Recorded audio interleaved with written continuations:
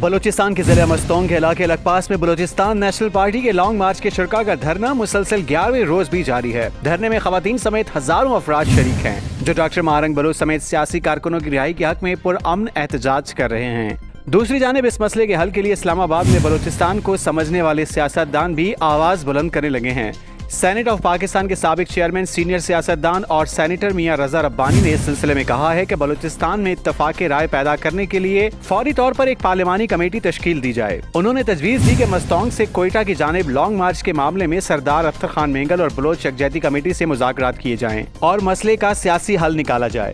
رضا ربانی کا کہنا تھا کہ گرفتاریوں اور طاقت کے استعمال سے گریز کیا جائے اور پارلیمانی کمیٹی مظاہرین کو اس بات کا اطمینان دلائے کہ 1973 کے آئین کے تحت عوام کے بنیادی حقوق کا احترام یقینی بنایا جائے گا۔